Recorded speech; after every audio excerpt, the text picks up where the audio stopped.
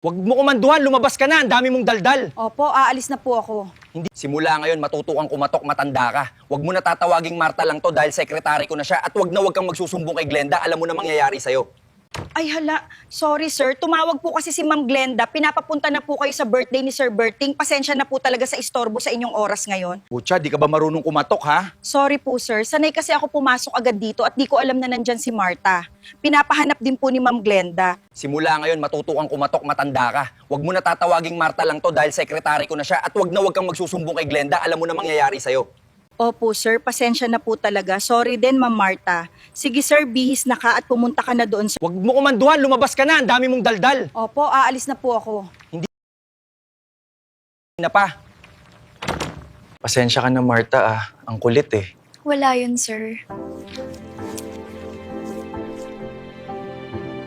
Bihis ka na, sama ka sa akin, Marta. Ayaw ko, sir. Anong gagawin ko roon? Nakakahiya kay Lolo Berting at kay Lola Clara. Baka naman kay Marco.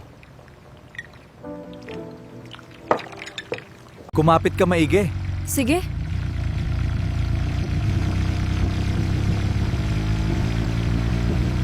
Andito na tayo, huwag kang papahalata, baka magduda sila.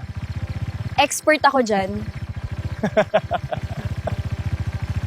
Uy, Brando, bakit ngayon ka lang? Kanina pa kami naghihintay sa'yo. Parang kilala ko yung kasama mo, si Marta yan, di ba? Opo, si Marta po ito, bagong sekretarya ko, tay. Happy birthday po, Lolo! Hello, Lola! Sige, kain muna kayo para makapag-shot na tayo. Marami tayong alak na itutumba. Baka ikaw ang matumba. Minamaliit mo yata ako. Noong araw, lahat ng kainuman ko tulog na pero ako sumasayaw pa. Paano, dinadaya mo mga kainuman mo, lumalampas yung tagay sa'yo. Nakita nyo na, laging ganyan yan. Kahit kailan hindi nagbabago ang estilo sa inuman.